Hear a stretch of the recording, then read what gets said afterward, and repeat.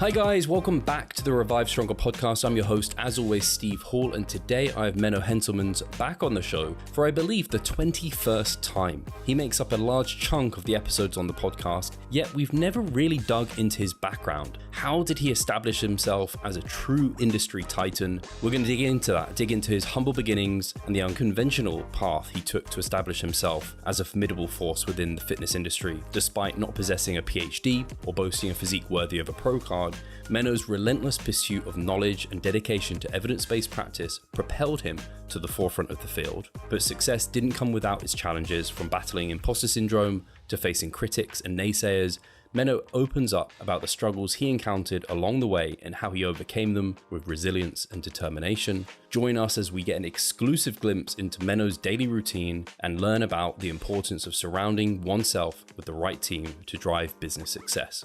From optimizing productivity to fostering a culture of growth and collaboration, Menno shares valuable insights on what it takes to build and sustain a thriving enterprise. And finally, we peer into the future both personally and professionally as Menno reflects on his aspirations and the exciting prospects that lie ahead for him and his business. And as always, guys, if you do enjoy the show, be sure to share, like, review, and subscribe to the podcast. These all help us grow and continue to bring on amazing guests like Menno and all the future guests that are to come. And it means a lot. So if you can, take a photo, share it over on your Instagram, tag myself and Menno, let us know if you enjoyed the show. It's highly appreciated. I always respond to every single tag I get over on Instagram and try to get back to every comment over on YouTube too. So I do appreciate you, and I am seeing all of this too, so thank you. So get ready for an inspiring and insightful conversation as we uncover the remarkable journey of Menno Henselmans. Cheers, guys.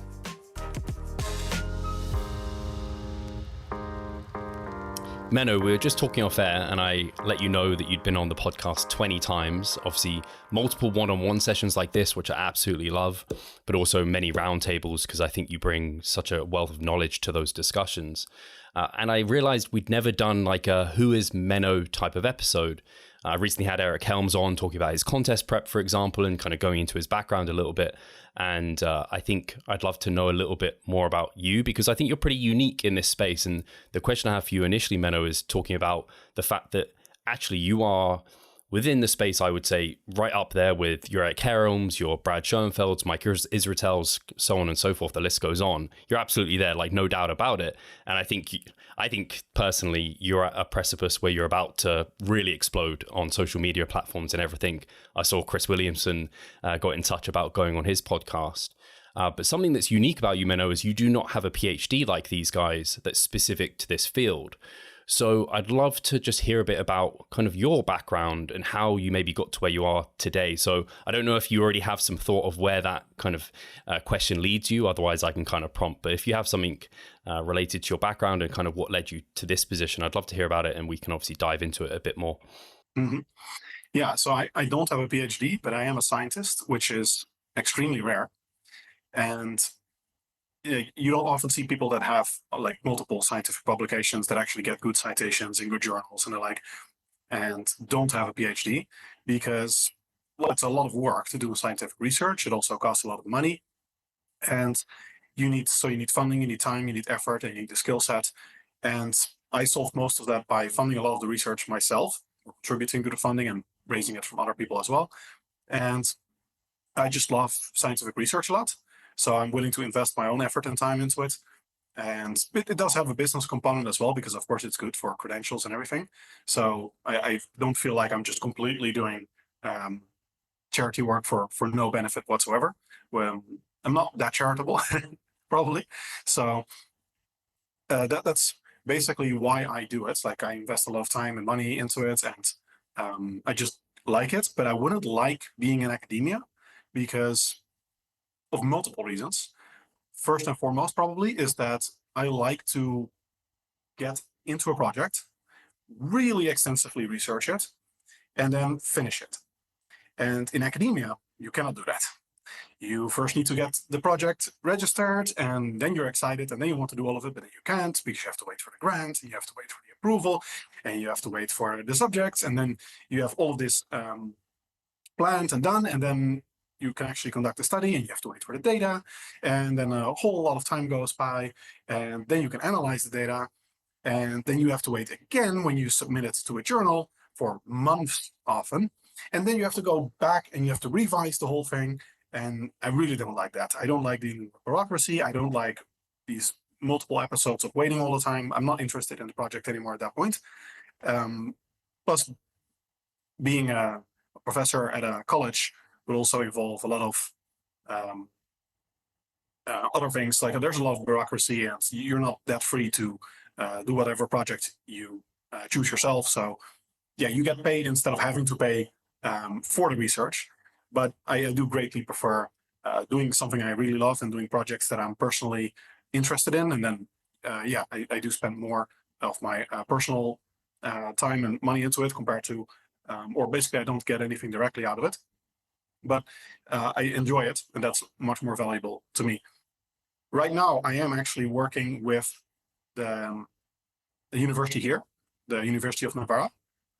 And that is going to be a collaboration involving at least 2 studies in a randomized controlled trial on carbohydrate intake, the effect of that on muscle growth, and a systematic review and meta-analysis on the same subject.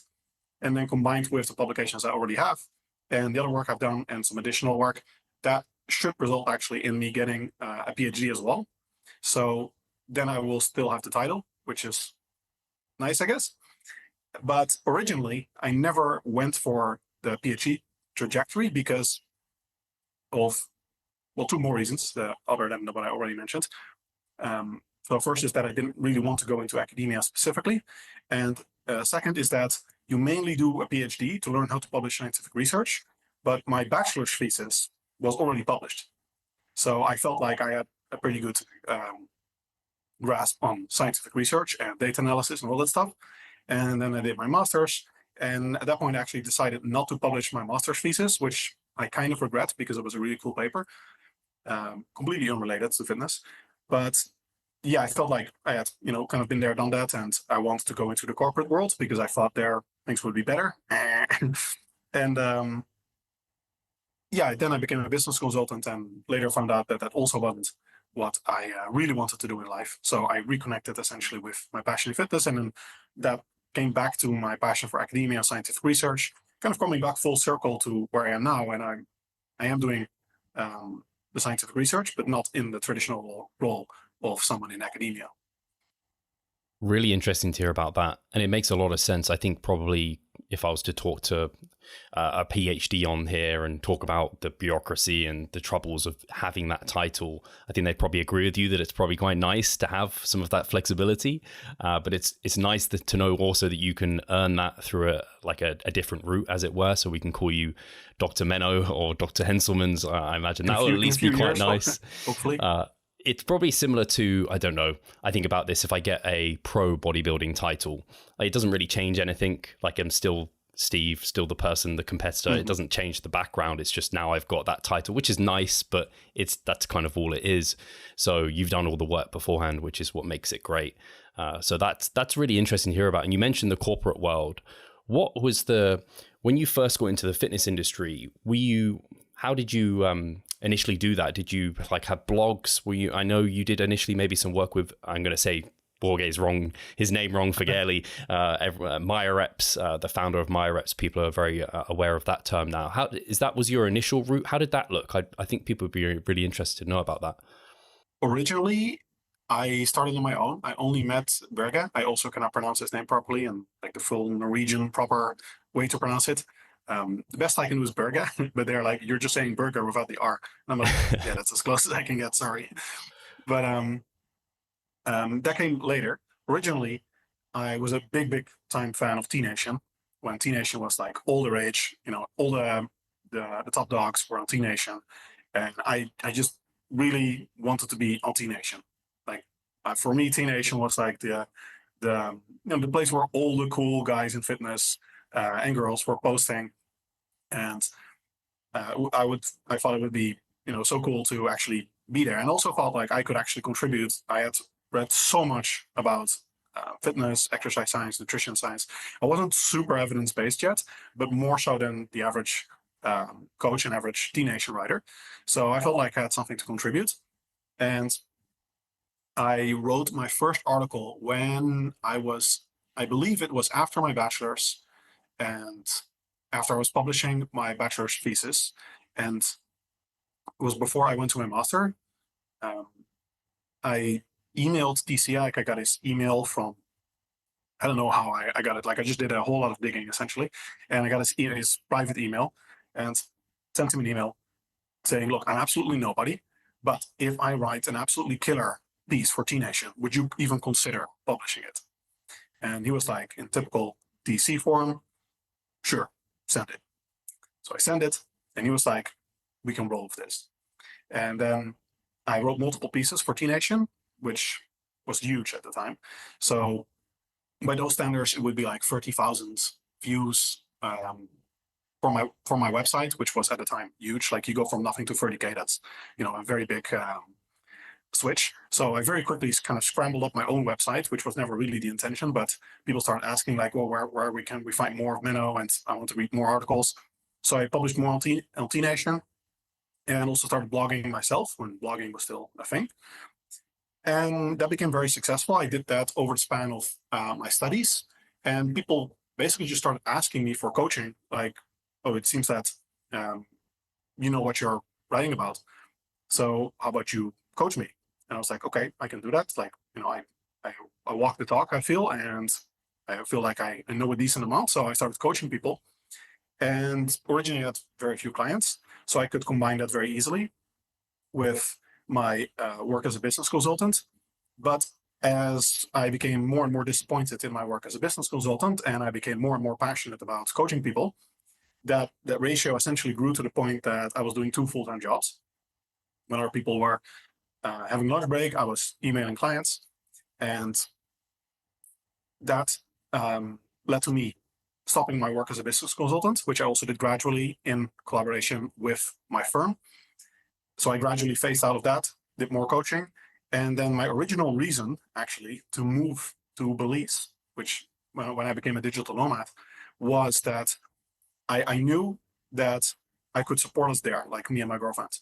So that was literally the primary motivation. Like it had massive tax advantages to set up a corporation in Belize. They speak English there. And the cost of living is extremely low. So I was like, at least there, I can follow my passion, and I know I can support us for the foreseeable future. And if everything horribly fails, then we can just go back. So it was a very meticulous process over the span of about 2 years.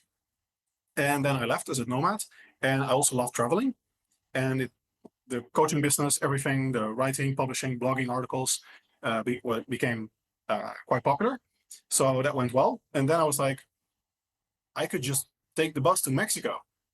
So I took the bus to Mexico, and then I became a nomad, and then I really focused full time, and I never looked back since then. Nice. Yeah, it's really interesting to hear about how you transitioned into things. I think, at least, it feels very similar to me, where I was kind of going down a route that I wasn't enjoying. And in my kind of commute, I was reading, I remember bodyrecomposition.com, like Lara McDonald's work, and slowly I was in merchandising, so like for retail stores, for clothing and stuff, so allocating stock to stores and things like this. I didn't get very far into it, thankfully, and I became a one-on-one PT for a very short period of time, and then transitioned into online coaching like yourself. And just like, I was just about making enough for a living. But when you're passionate about something, like you said, you don't care that you're missing a lunch break, working on weekends. You just want to follow that passion. So it's really nice to hear about that. Did you say actually what your bachelor's was in and your master's, what that was in specifically? Difficult. So I went to the Honors College of the University of Utrecht, which is UCU, University College Utrecht. And unlike all regular Dutch universities, they have a liberal arts and sciences type education, which should be more familiar to our American listeners. Basically, you construct your own curriculum, and you do the equivalent of, it's not 4 full bachelors, but it's very heavy duty studying compared to a regular degree. And you just, you make up your own curriculum, which was perfect for me because I had no idea what I wanted to do. And you try a little bit of everything. I studied some law, some linguistics, and I studied a lot of psychology, a lot of economics, and did a minor in statistics. So they basically did my major in social sciences, focusing on behavioral psychology and economics, and added a minor of statistics on top of that. And those were the things I liked the most. So after that, for my master's, I went to Warwick, and that was the highest level you could do behavioral economics at. And that is formally called behavioral economics. So it's like a mixture of psychology and economics with a very strong emphasis on scientific research and statistics, because there are not a lot of jobs where you directly apply behavioral economics. So usually what you see in those educations is that they kind of beef up the curriculum with a lot more hard sciences, which are then going to be mathematics type work for the economics, and statistics and scientific research for psychology work. And that actually was greatly beneficial later on for my work as an evidence-based writer, if you will. Yeah, is that where the Bayesian elements came from initially? Yes. Yes. Yeah, I can definitely see that influence there, and I'm glad that your studies at least had a positive impact on like future Menno and everything. I studied geography of business, and I don't really think much of that really applied. I wanted to do economics, but I didn't do maths for like A levels, and you needed to really have that mathematical background to go into economics. So there's a little bit of a shame there. Out of interest, Menno, so in this time, obviously training nutrition was huge passion of yours. What kind of ignited that? When did you start going to the gym? Was it like bodybuilding? Did you compete when you were younger? Because from my record, like from my knowledge, I know you competed a few years ago, but I don't know if you ever did before then. No, competing I did later. Before that, I did fitness modeling, and fitness itself, I started pretty much forever. As a kid, I used to do every possible sport I possibly could. Like I literally did judo, horse riding, archery, like every sport you can think of that I could do in my local area. I pretty much did. Soccer, track and field for quite a while, volleyball for many years. And it was originally with volleyball that things started to get a little bit more competitive, and they started doing some level of strength training for the volleyball.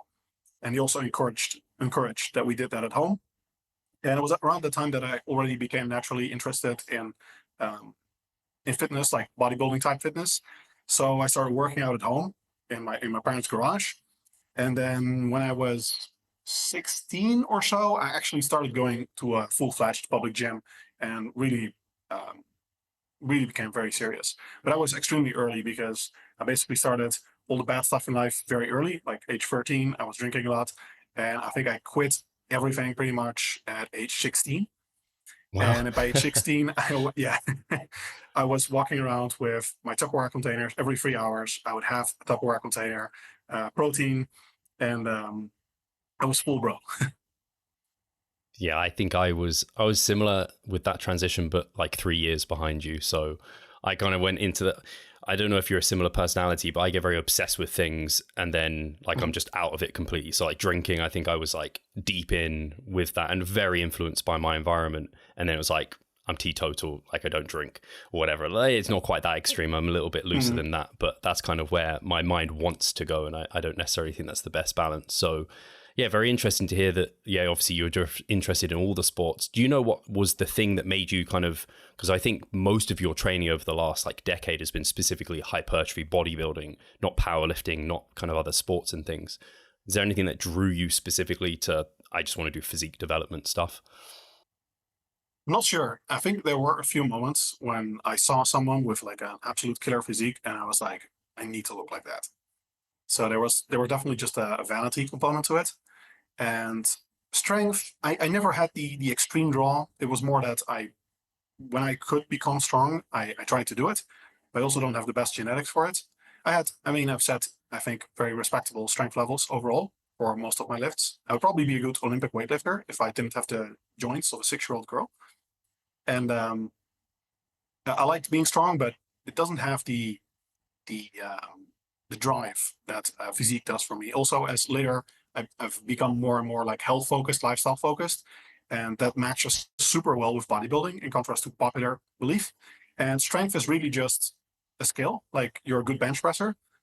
And I just have this strong realization when I work on that it's just like rather empty. like you become super strong at bench press, you become a great deadlifter, but you can't become it. Like we talk about strength as if it's a trait, but it's much more accurate, scientifically speaking, to consider it a skill. Like you're a good bench presser, you're not really strong because you may not. Yeah, you may lose to someone in the military that can do way more push-ups, for example. Then someone might say that's stronger, and they may not bench nearly what you do. So it's very specific to the lift that you do and velocity of movement, the intensity of movement. Strength is extremely specific. So I never had that strong drive, plus not the genetic inclination to be ultra competitive at it, which I think the bar is higher for strength than for looking good. Yeah, and dainty joints aren't the one for big barbell kind of compound lifts, heavy lifting. They start getting beat up very quickly. You mentioned we talked about competing. So have you only competed the once, or have you done previous seasons before? Yeah, the only reason I really competed, like I did photo shoots before, which is I thought was like really the same prep, but I definitely still learned a lot from competing. The reason I did the competition was not because I really am super into competing myself, but it's because I felt like I really needed to do it because I was coaching people that competed and I hadn't really done it myself. So I felt like I just really needed that personal experience to know what it was like exactly for my clients. I'm going to be remiss if I don't ask now, Menno. What are the things for you that were different between competing and photo shoot? I still got leaner. Like, for most of my photo shoots, I was probably like 7% leanest. And I think I reached like a true 5% body fat, like glute striations and everything for my show. It was exacerbated by the fact that my original show was canceled because the IFBB of the Netherlands wouldn't let me compete in Brazil, which is where I was at the time. So I needed to stay in contest shape for like half a year or longer. In the end, yeah. So that was awful. Yeah. And but I learned an enormous amount from that. And the posing is everyone always tells you posing is way more difficult and way more strenuous than you just see someone and you're like, oh, it's just some meathead that's flexing. No, posing is real work. It's a real skill. It's really effortful, especially when you're so depleted in that stage of your prep. Like low water levels, super low body fat levels, super low energy levels, and you have to compete on the burning lights. Usually they're extremely warm. It's very, very effortful, and it's also much, much more technical than most people realize. And just the intricacies of the competition, you don't, like for a photo shoot, everything is very meticulously planned because you yourself can basically organize it. Like if the model's not ready, then the shoot's not there. But for the show, it's like, yeah, you're up at 4, and then it's like, oh no, it's going to be 5. And then you're like, I just pumped up. Like, you don't know the organization. Almost no show goes as planned. And like all of these things I knew, but to actually experience them yourself is still a different level.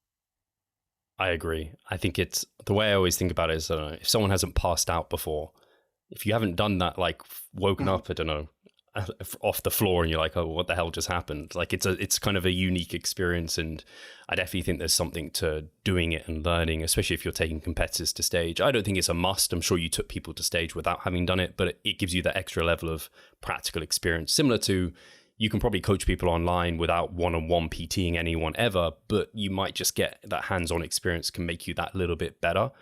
So that makes sense. And I definitely agree with all your points on posing and, man, trying to maintain that kind of level of body fat that essentially is just like, it's unsustainable, right? But you tried to sustain the unsustainable, which I imagine was pretty torturous.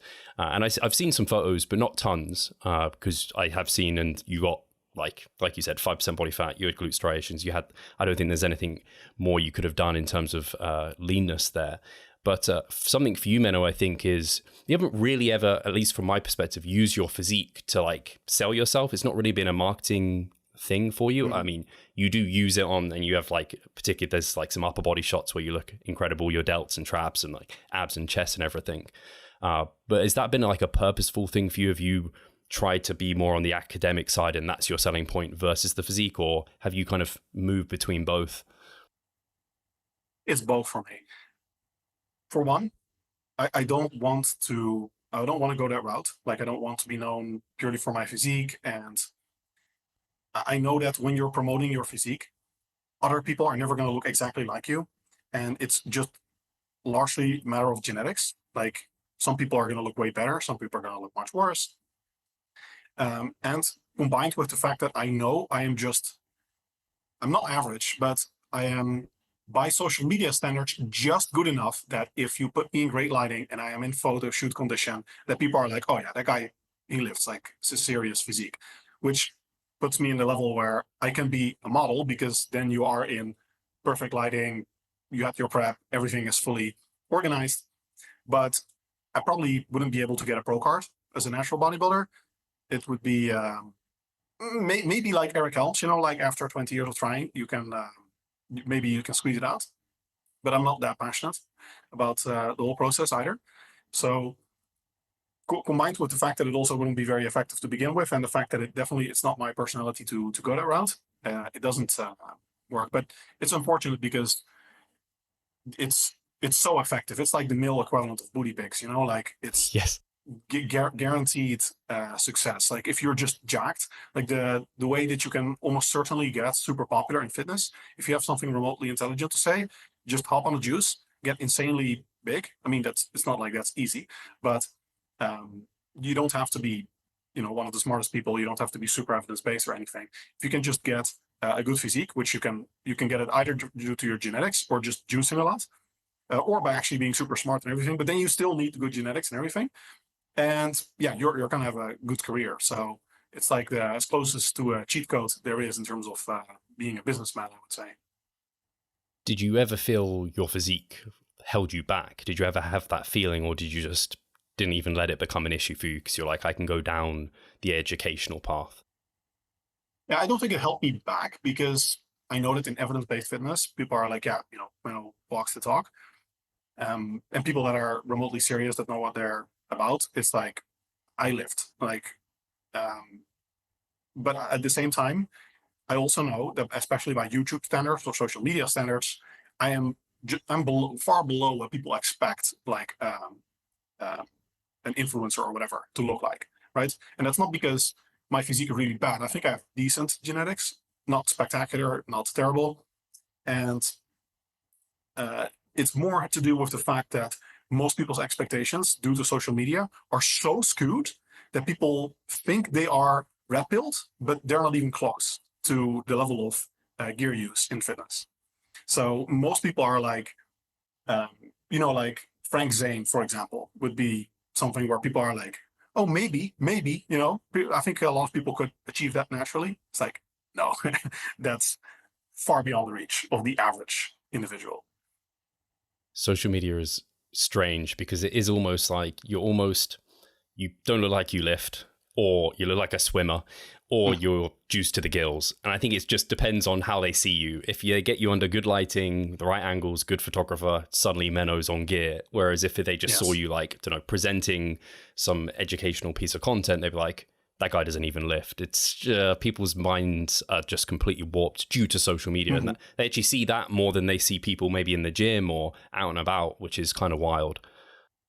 Yeah, there's also a massive kind of inherent self-deception, I feel, where you mainly look at yourself in the mirror when you have good lighting, in the gym when you're pumped. The lighting is also typically quite good. So most people also have a very skewed perception of how they actually look themselves, and they kind of ignore the parts where if you just take a video of yourself walking in sunlight, for example, and you have to realize that's how you actually look. That's your real normal look in like normal sunlight.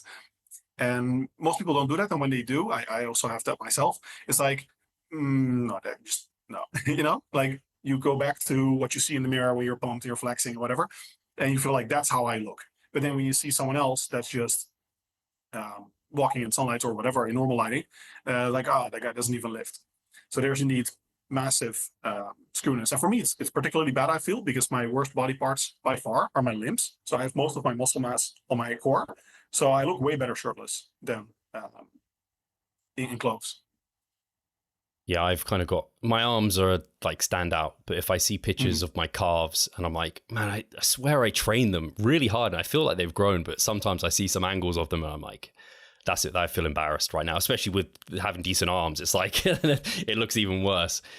So a similar question actually, Menno. So obviously the physique, you didn't necessarily feel like held you back too much. on the academic side, without having that PhD or further education within specifically training and nutrition, did you ever feel like that held you back? Do you ever felt like you were maybe looked down upon, like, and there was a time where people just started to respect you more? Or was it a case of, again, you would do, like you said, you practice what you preach with the nutrition and training, and so your physique is what it is. Same on this side, kind of you've got the backing of the research and kind of the education there showing itself. Initially, for sure, I think that in academia there is a little bit of an elitist culture. The idea is that academia is fully meritocratic, so it's just if you do good work, you get published. In practice, probably not. So it helped for me that because I was so deep in evidence-based fitness that a lot of researchers, and I think one of the persons that peer reviewed my original publication was also actually was a follower. So it helps that I had some reputation in that circle. Of course, you never know exactly what played a role in the peer review process, but I do feel like it was a little bit easier knowing that a lot of researchers and the like were actually following my accounts, as opposed to if you were just like literally nobody, like I was with TC and then getting published.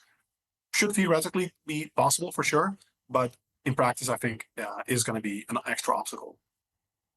And having said all of that, if you were to look back and give Menno any advice when he's starting up, obviously loads of people are going to be listening to this in that early within their fitness career and their maybe online coaching or their one-on-one PTs, and they look up to someone like yourself for sure. Do you have any like words of wisdom or advice for that sort of person? Most important thing by far is finding out what your skill set is and where your passion lies, and then working with that, trying to monetize it. Most people go the wrong way around. They're like, how can I make money? What product do I have? No, you're going to get outcompeted by other people that are just way more passionate about what you do, that are going to work for free for longer hours, and that are probably better at it than you. And you're doing something that you don't like. You're never going to be able to compete with the people that are doing it for love, for just the love of their work. So that, I think, is the most important thing for people to realize, that you have to find and be very honest about what your motivations are, what your skill set is, and then what can I do with that? Don't think backwards on making money, monetization, all that stuff. Start with the fundamentals, which is you're going to do this for the rest of your life, every single day. If you want to be really successful, you're going to spend more hours on it than the vast majority of other people. There's only one way that you're actually going to do that, and that's if you're truly passionate about it and you have at least some level of talent. Yeah, I think that makes so much sense. It's sort of, why did you get into being in this industry anyway? Probably because it was a passion. And if you suddenly turn your passion into something you kind of despise, I don't know, you hate social media and you decide, oh no, I'm going to grow on Instagram. That's going to be the way, Reels for me, whatever it is. It's not going to work well for you at all. Exactly. I mean, I was prepared to leave my country and to have, to basically forego the original, the traditional respectable career path, quite possibly make a lot less money, to pursue even the option, the possibility of having this career. Makes so much sense. And actually, on that note, I know a lot of your content has moved towards now YouTube, and you're doing much more video content. And I think that's where the industry is going. But do you wish you could just continue doing blogs? Did you prefer writing versus kind of doing the more video content, or do you not have a preference? Originally, I thought I would prefer writing, but I've actually also myself became more enamored with video. Like, I watch more YouTube, and that, I think, also makes me like it a lot more. Plus, like, I now have an editor, which is a huge difference, right? If you have to do everything yourself, then it's not just recording the videos and the content. No, it's also editing skills and all that stuff, which is a whole different skill set. So that's a much bigger barrier to entry. So I feel that also helps. And now I would say it depends on the topic. Some things just lend themselves better to video versus writing, but I'm actually mostly into video content these days. It's just that with study reviews, some things I feel like it doesn't lend itself to a video, and it's not like long enough to have a substantive video for it. So I feel like the way I currently split it with the study reviews on my Instagram and the longer form content on YouTube, that works perfectly for me. Do you not see the progress you would like? Are you sick of writing your own programs? Or perhaps you need some accountability in order to stick with a plan? Then it's time to start working with us. We at Revive Stronger offer a truly personalized coaching service. You'll get more than just an email with some macros or random cookie cutter program. With Revive Stronger, you will be the center of our attention. You will receive your own fully individualized training protocol alongside a customized nutritional strategy. We created the coaching around your needs, wants, personal preferences, and your own unique lifestyle. Every single week, we delve into your program in order to make appropriate adjustments so that we get the most out of your time and the best possible outcome. We help both female and male athletes to seriously change their body composition by adding more muscle mass and decreasing fat tissue. No matter if you're a competitive bodybuilder or just want to look better, if you need help with your progress and taking your physique to the next level, our coaching is for you. It's time to make a change. Sign up today and let's revive stronger. Yeah, I enjoy, and you get to cater to the different audiences there.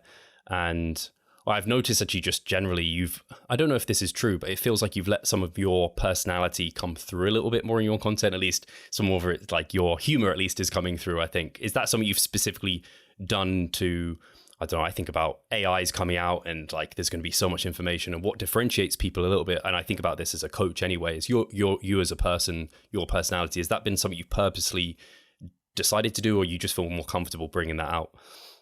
Yeah, I think it's just a matter of comfort, and it's not intentional at all.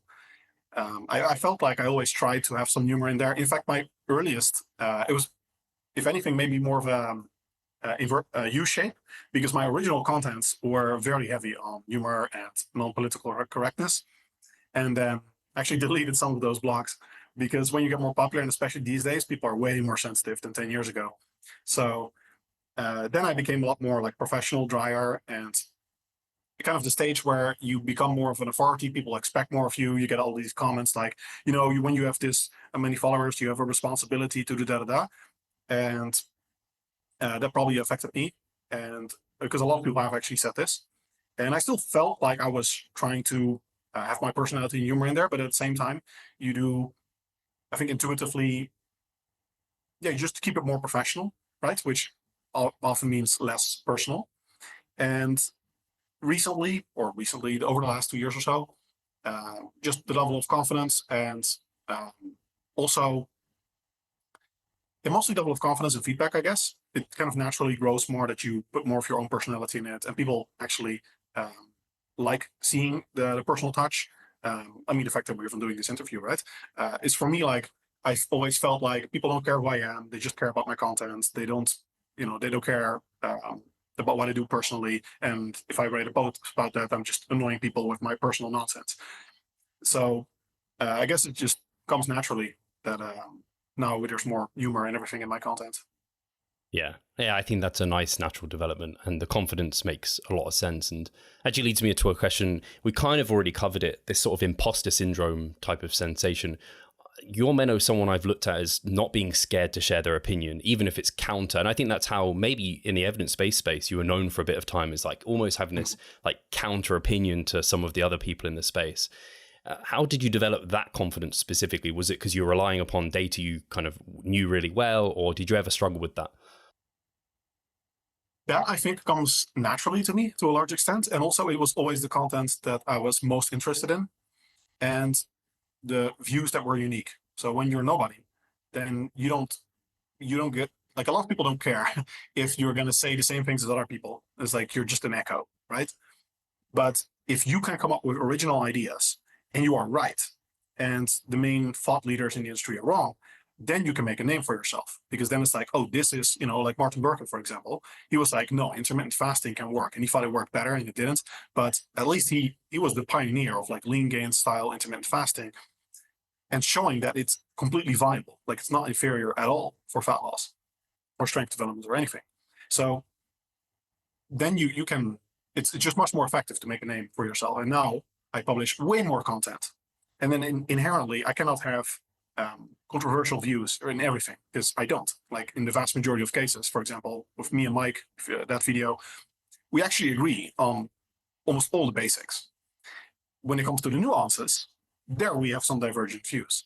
But so you could easily make 10 posts where it seems like Mike and I don't agree on anything. But then when you just give 100% of our views on both, then you see, oh, actually it's 80% overlap, and those 10 posts were just the highlights of everything that you did not agree on. So I think it naturally comes with posting more content and also having a bigger platform that it's kind of unfair. Like now that I have a bigger platform, I can say things that everyone knows and that are true and that's just a consensus and it will do well. And before, when you're less well known, you have to make a name for yourself. You cannot just post consensus level content because nobody cares. It's very true. And actually, I guess it gives some of the listeners insights into how they might want to establish themselves a bit more. I think that personality thing can help. But then, like you said, trying to do something a little bit different to just the norm out there. But I think a lot of people have that imposter syndrome. I know I did for the longest time. Sometimes I still do. And I think, at least for me, I just remind myself of the level of experience I have in regards to doing episodes like this, kind of reading the research, but then practicing myself and with clients. And it kind of just allows you to throw your opinion out there a bit more.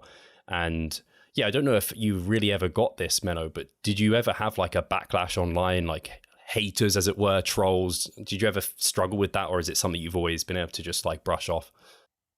Over the last 2 years, as my popularity increased a lot, due to various causes, in part just posting way more content and switching to Instagram. One of the biggest business failures of my life is probably that I spent multiple years slaving away at that platform called Facebook. But what was the question? Trolls and haters that sort of thing. Yeah. So originally, especially because I was on the wrong platforms and I was posting like super detailed content, really at the, for the real science lovers and the nuanced topics, the most complex topics where there was debate among the top minds in the industry. That type of content doesn't get you a lot of haters because for most haters are not that intellectual themselves. So they don't, usually they don't even understand the level of debate that's going on. But when you get more popular, I think it's natural that, if 1% of people just don't like you for whatever reason, you get haters. And some people just hate people that are popular in general. Actually, a lot of people, I find. Well, not a lot of people. People in general like popular people, but there is a certain subgroup for sure that hates people that are popular inherently. Like Don McDonald, for example, he for sure hates people that are popular. Like he would like me 10 times more if I was still at 10K followers, for sure. And it definitely became a thing that I realized like 2 years ago that, I have haters. And there was a little bit of an adjustment, but overall, I think I can deal with it reasonably well. I had way fewer haters than most people with my level of audience. And now I think it's probably still lower than most, but I actually have haters. And that's the 100% a cost that you have to pay if you want to get to a certain level of popularity. Just like if you get more and more popular, you're going to get recognized in gyms all the time. And if you don't like that, well, that's a cost you have to pay. Then otherwise you cannot get popular. And if you get to like real celebrity status, then yeah, you're going to go to a restaurant or into a supermarket without getting recognized either. That's just a cost you have to pay. Or, some people don't think of it as a cost. For me, I would say it is. But the hating aspect for me was more a matter of understanding where they come from, which is often that people just don't think or they just hate your face. And it's just a natural consequence of when I post something and it reaches 100,000 people, which is insane to think about. It's like, that's more people than in the entire city where I was born. And they pay attention to what you're saying. It's like, it's still mind-baffling when I think of it that way. Is it expected that all of those people are going to like you? No, of course not. You're going to have some haters. Now, if you have a lot of haters, you have to wonder if it has to do something with your content. And I'm sure some people just hate my content for whatever reason, but it's the natural thing that comes with a certain level of popularity. And I'm completely at peace with that. Yeah, I think a phrase I always end up coming back to is, for every gimme, there's a gotcha. Nothing in life really comes for free. There's always upsides and downsides. I remember hearing, it may have been on the Chris Williamson podcast, like looking at some of these people who are very, very wealthy and people just like, I wish I could be like that person. But it's like, but do you? Because they have to have gone through everything they went through to get to that point. And maybe that's for you, maybe it isn't. And so I think that, I have a lot of time and respect for that. With yourself, Menno, now you mentioned you've got an editor. I don't know if you're happy to divulge, but what does your team look like? Because I look at what you're doing and I'm like, wow, like the amount of content you put over on Instagram with the research reviews, and then you have your YouTube. I'm assuming there's some people in the background that are helping you kind of get that content out. What does it look like? So the business has a team of about 12 people. Actually don't even know exactly. Like I try to treat everyone mostly as partners in the business, and it's very compartmentalized. People are very independent, but I work with Frederick for research, and then Thomas hosts the German version of my PT course. Then Luis hosts the Spanish version of my PT course. Antoine and Nevin host the French one. Richard hosts the Dutch one, and then Vincent is marketeer for all of them. Ivan is my editor, and then we have Anna, who is new, who is kind of doing. He's helping Vincent and Ivan to a large extent, and also Rainier. So her role is still somewhat to be determined. So she's kind of assisting a lot of people with marketing, with tech stuff, and automatization. And then Rainier is mostly doing the admin work. And Anna and Rainier and variable roles also help with answering questions in the PT courses and the like. And that's the main team. And then there's people working under the other teams as well. So yeah, it's a pretty big, it's not a big company, but it's definitely not just me doing everything. Yeah, no, I think that's great. And did you ever struggle to let go, like to bring people in? Was there a hurdle, and then you realized the huge benefit to that, and then it allowed you to kind of bring more people in? For sure, hiring people is so important. It's absolutely insane how important it is to hire the right people. And in that light, also, it's for me incredibly important to work with the right people, because I think I hired 20, fired 5, and 3 left, something like that, around those stats. So it's, you have to be extremely careful who you work with. They have to be very passionate, especially if you're working mostly remotely. It's extremely important for me that people are super passionate about what they do.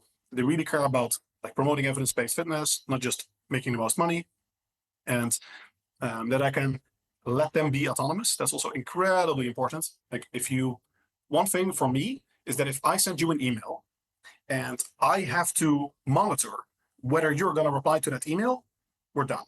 There's no chance. We're not going to be able to work together. Because then that's the type of person that needs a manager. Like if a person needs a manager, and then you get the type of company where you have like layers and layers of management, people that don't actually contribute anything in terms of real work output, but are just there, that are necessary to make the other people work. That is not the kind of organization that I want to work in at all. So I have to make sure, like this is a very concrete point, but it's more metaphoric as well. If I sent you an email or anything, you don't have to respond instantly, but I have to know that you are going to respond, and you're going to either take care of it or respond. I don't know how or whatever. But if there's just communication from me going out and it just disappears into the void, no way. Reliable people, unbelievably important. It's the same for anyone in your life. You kind of want to be able to be like, if I ask this person to do it, they're going to do it for me. If you're questioning and doubting it, it's just it's not a comfortable position to be in with someone that you have it's not a good relationship in that regard. So I completely agree with you, Menno. For an average day then for you, Menno, what does it tend to look? I don't know if you have an average day, but if you do have an average day, what does that tend to look like for you? How much time are you spending on various tasks? I would say my average day is probably wake up, produce content, like the more creative type work. Usually I already know which type of study I'm going to review. Like for tomorrow, for example, I know which study I'm actually going to review in detail and post about. And then probably read more research. And then around midday, I switch to my coaching, answer my coaching emails, go to the gym, answer more coaching emails if there are more. Then I usually have some calls. And then in the evening, I spend mostly reading scientific research or doing other matters. If I have some big task in terms of a research project that we're working on or something, that usually displaces the content creation, which puts me in a tough spot because then I have to catch up with that. So then at some point I have to just work more. But that's kind of the general template that I usually work with. So a lot of my time really goes to reading scientific research. Yeah, that's a heck of a lot. in my head, with the amount you were putting out on Instagram, I thought maybe you had a few people like in the background reading the research, kind of summarizing it for you, and then they kind of chuck it to you and you review it and then post it out there. But it really sounds like, and I'm pretty sure the Instagram, you are managing that first and foremost. I don't know if you have anyone else coming in at all, but that's you. My team curates the research. So they are like, oh, these types of studies are interesting. Look at this. And Frederick sends me lists of research, like check these out with the full text and everything. And that serves for me as, it's usually beneficial because I don't have to scan all of the papers myself. For some journals I do, because there are so many good hits that it's important that I really check every single study, at least for the abstract and the title. And then the deep dive, I mostly do myself. If there's something I don't know, then I discuss it, especially with Frederick. But much of the time, it's just me doing the deep dive and posting my thoughts about it. For the PT course, it's much more iterative. That's a level of detail we just cannot do for Instagram. Like we cannot have 2 levels of peer review for every Instagram post because there's no way. Like you would have to do it 2 weeks in advance or whatever. And the amount of work would be absolutely unfathomable. So for my PT course, it's much more iterative where usually somebody, usually me, writes the first draft and then people go over it. And then sometimes we talk about it and it's multiple iterations. And in every course, it also gets updated. So then there's a lot more input and it's not just me because I also want to make sure that it's not just my opinion. Like my Instagram and stuff is very colored by my opinions, but for PT course, it's very important that it's very objective. My opinion is in there, my methods are in there, but we give the facts and it's like, this is how I interpret it. And these are the general facts. Very nice. Yeah, I think people will like to know that the Instagram they're following is you're virtually all your opinions and it is, and you're reading the research. And I think that's great. And that's credit to you as well. And you mentioned actually, sorry, go for it. Yeah, that's necessary because especially these days, there are so many fears about authenticity and the quality of your work. Like the end connection with people, it has to stay me. So that's the type of work that nobody could ever displace me with, especially not while my own name is on it. Like I could never do that. So it's also incredibly difficult to really do it because to be your authentic self, so difficult to have anyone even come close to it. Like I've worked with Stijn van Willigen, and he is probably the closest that could write kind of like I do. And that helps a lot with writing when you can write each other's posts, but then still you have to do a lot of editing and stuff. And before I'm like, okay, this I can put out with my name, then it's still a very collaborative process. So it's very, very difficult. If you produce high quality content, I think as a content creator, you have to be the one that's still doing that because it's almost impossible to be your authentic self with your quality that you really want. You cannot outsource that part. So you can outsource the marketing work, which for me is basically completely outsourced. Vincent does almost all of it. Like I just provide high level inputs, like should we do this? I sent him some articles, but all the implementation he does with Anna. Editing work also, most of the videos on YouTube, I don't even have the time to check them. So I sent him the raw materials and he puts out the video often. Like I haven't seen the video the way it's looked like sometimes. If it's more controversial or whatever, then he will send it to me. And it's like, is this too memey? Is this too much? But often that gets completely outsourced. So that's why it's so important to work with super high quality people and have a good team in that if they weren't as high quality, then there would have to be iterations. And with the amount of work that I do, it's absolutely impossible because if you think about it, I'm basically a coach, a content creator. I have a genuine business to run, which is essentially a multinational. Then I have the scientific research. And any one of those things itself could easily be a full-time job for the average individual. Like coaching, like the number of clients I have now, it's like 20 max. So that's not full-time, but it could be full-time. Content creation could definitely be full-time work. And just running the business could also in itself be a full-time job. You won't be like working 8 hours per day on that, but just the thought process and everything, it could be. So I have to run on high cylinders with people that can outsource a lot of my time. That makes a lot of sense. I learned about it maybe 8 years ago that ghostwriters were a thing, and I was like shocked that was something. I was like, oh, I hate the thought of doing work for someone and then them claiming it as their own. Is that something you did? I actually was a ghostwriter. Like the original Teen Nation articles I wrote, that got me work as a ghostwriter. So people were like, "Hey, I like your articles. Could you write them for me under my name?" And I was like, "Yeah, I guess. I mean, it makes money." And I hated it. I hated it so much. It was terrible. And I could never conceive of anyone writing articles out of my name, let alone when doing it for them. I guess is better because at least I'm not destroying my own reputation. But it's terrible. Like you're writing something, and sometimes at least they would keep the content intact, and it was like it's still a good article. But often they were like, "No, this is the conclusion." It's like you have to say why stretching is beneficial, and I'm like, "Well, but it's not." And yeah, then you have to just spin it, and you have to essentially write lies, which is terrible, terrible job. So I quit that relatively early. Also, didn't even pay that well, but it's a shocking number of people, I can tell you, in fitness that don't produce their own content. In fact, many of the top models, the bodybuilder types, they're not super, they're not clearly producing their own content. They're not doing their own YouTube videos every week. A lot of them, they don't make their own content. I think a lot of those guys and girls maybe also outsource their coaching, where they think, like for you, you're coaching 20 people, but maybe you could have 100 people who think they're being coached by Menno, but it's, don't know, Bob and Sally coaching them.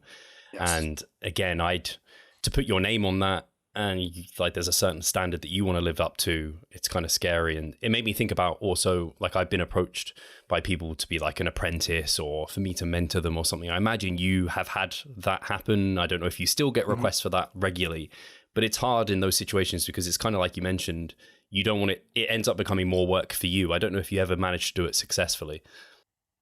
That's how my PT course actually started. So people started asking me how I got my results with my clients. And that led to like a Facebook group and then kind of an email newsletter type thing. And that became the whole PT course, like first the Bayesian PT course and then the Henselmans PT course, which is now like a full-fledged personal training accreditation company. But it originally kind of started as a mentorship type thing. And I still mentor quite some people that just hire me for consultations. And some people also that do the coaching, they are trainers themselves. And they've done the PT course already or not. They hire me for coaching to implement it with them. And then we do calls to also talk about their business, for example. So I've done a lot of mentoring actually, but it has to be like there's a big difference between being someone's ghostwriter and being their mentor, right? Mentor is like all above board. You're just providing them with advice. You're talking about their clients, but you're not doing their clients' work for them. It's perfectly legit to have a mentor or a coach or a consultant or whatever. Very, very different from hiring a ghostwriter or hiring another coach that coaches out of your name. In general, the line I think is very clear. Like, are you lying? If you're sending an email and you didn't write that email, but your name is below it, then you're lying. Like, at worst, you need to give approval that this is the type of email that you write. Like, this has to be in it. Like some of the marketing emails, it's like under my name, and I'm like, I know what's in the email, but the text itself, Vincent deals with that. So I know exactly what is being said. Then I think you can easily say, yeah, that's fine. But if you're literally just having someone else do your coaching work for you and they don't know, that's very dubious. Yeah, that makes a lot of sense. At this point, Menno, I think we've done a really good job, or at least I feel like done a good job of learning a bit about you, how you got where you are, how things look for you now. Do you have like plans in place? Do you have like a 5-year plan? You know, people talk about these things. Do you have visions in place of where you want to be in the next years or what your short, long, medium-term goals are? I've never had concrete plans in the sense of, 5-year trajectory with milestones and whatever. I've had things I want to achieve. And now working with the university here in Spain, that is going to take up more of my time. We're launching an Arabic version of my PT course. That's also going to take up a significant amount of time. And I'm launching an app, Cybernetic Fitness, which is an AI coaching app for training and nutrition combined, which does your progression, periodization, everything, like very high level stuff. That's why it took literally more than a decade to launch.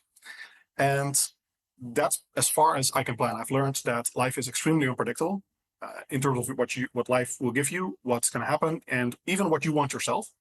So that is definitely as far ahead as I can look. When those 3 projects are wrapped up, then we're probably going to be 1 to 2 years ahead probably a book, second book is on the horizon, but far behind the other projects. So that's as far as I can even think about looking forward. An app is a lot. I haven't spent much time looking into it, but whenever I did, just the time, the cost, everything was like, it's really a nice thing to have. And I think it's a great move for you. I think it makes a ton of sense. When I think about like Shredded by Science, I've gone, Stronger by Science rather. Why did Shredded by Science come into my head? That's old. So Stronger by Science. And then, obviously you've got the Renaissance periodization app. A lot of people in our space are going in that direction. I think it makes a lot of sense. And for some reason that feels familiar, that name. I don't know if I've heard it somewhere before or familiar with you. Like, have you talked about it somewhere? Yeah, probably because I've been working on it for literally more than a decade together with Birger Fagerli. And we had one original team of more like web designers working on it. They couldn't do it. Like, they couldn't even come close to having real AI with algorithms and the like. And then we had app designers, also couldn't crack it. So we literally had to go with top level game designers, like the people that write that code for the most complicated games. Top designer works for Google, and he's now the head of a gaming company, like director. So we had to go with absolute top talent to even get the app possible. And indeed, it's so difficult, so much more work than you would think. But I think we're getting there now. It's currently in the beta phase, and I'm pretty optimistic about a public launch within the coming months. Wow, nice. That's exciting. Yeah, I thought I'd seen it associate with Berge there. So that's very cool. And so the book, do you have any kind of what direction you're going in with the book? Probably similar to the first one, with more mainstream content, which is kind of relevant for everyone, not just people in fitness, more lifestyle. I'm going to talk more about lifestyle optimization, like evidence-based lifestyle optimization, essentially. Okay. Nice. Yeah, I think the other book it's a nice book because you can just like open a page and be like, get a tip that might be a couple of pages long, might be a paragraph. So I think if you're, like I said, if the direction's going where you seem to be going and you're going to reach a broader audience, I think that book makes a ton of sense for you. For yourself personally, outside of the business, Menno, do you have any like personal ambitions and goals? Will you compete ever again? It sounded like that's a no. I know you've been doing some kickboxing or some sort of MMA. Kickboxing, yeah. I like kickboxing a lot. So competing is definitely not on any short-term horizon. The investment of competing is so large compared to the incremental benefit that I get out of it. So competing is probably not going to happen. Maybe 10 years from now or whatever. And for me, I spend a lot of my time. I play some chess. I like series and movies. And I like kickboxing. Other than that, and social contact, I spend a lot of my time working. Or the way I like to think about it is that I don't work at all because I'm doing what I'm passionate about. And the vast majority of what I do, I don't consider work. So it's truly following my passion, which is why I consider myself extremely fortunate to be where I am. And in that sense, I spend most of my time doing what I love. I love that. Yeah, and I think that rounds up the whole thing really nicely in terms of your origins, how you got to where you are. Like it is you following your passions and obviously working very hard at them. But because it is a passion, it doesn't necessarily feel as strenuous as a typical 9-to-5 job. So I think this has been a really nice episode, Menno. So I appreciate you taking the time and being so open and honest about chatting through some of these things. If people want to keep up to date with the work you're doing, we mentioned your Instagram multiple times. People have got to be following that by now. But if they're not sure where you're at, where should they be heading? Yeah, at Menno.Henselmans, YouTube and Instagram is definitely where I am at for the most part. Fantastic. I can obviously recommend both highly. Like you can be on Menno's Instagram page, learn something new basically every single day. Same on YouTube. It's a bit of a different take on some content, but always new things to learn from yourself. I just caught up with a video. I think it was on caffeine, and I was like, God damn you, Menno. But I kind of knew the conclusion where it was going. So yeah, thank you so much, Menno, for just being a great person in this space and for your time today. Thank you. Likewise. Always good to chat.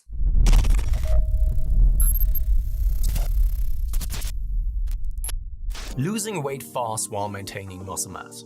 Sounds too good to be true, doesn't it? It isn't though. It's reality and we know how to do it. And we will help you achieve this. The Minicup movement is an 8-week fat loss program to make you lose a huge chunk of fat while maintaining muscle mass at the same time. We will support you from the beginning to the end so that you see the results you would like to and come out of it much stronger. You'll receive a fully automated spreadsheet that is based on your nutritional needs. You can choose between 6 different male and female training templates. Over 30 videos will guide you through each and every single step of the mini-cut so that you're getting the most out of your journey and that you always know what to do. But the best thing is that you can start whenever you want. The mini-cut movement is open 24/7. So if you want to learn more or you're ready to sign up, hit the link in the description below. So let's revive stronger together.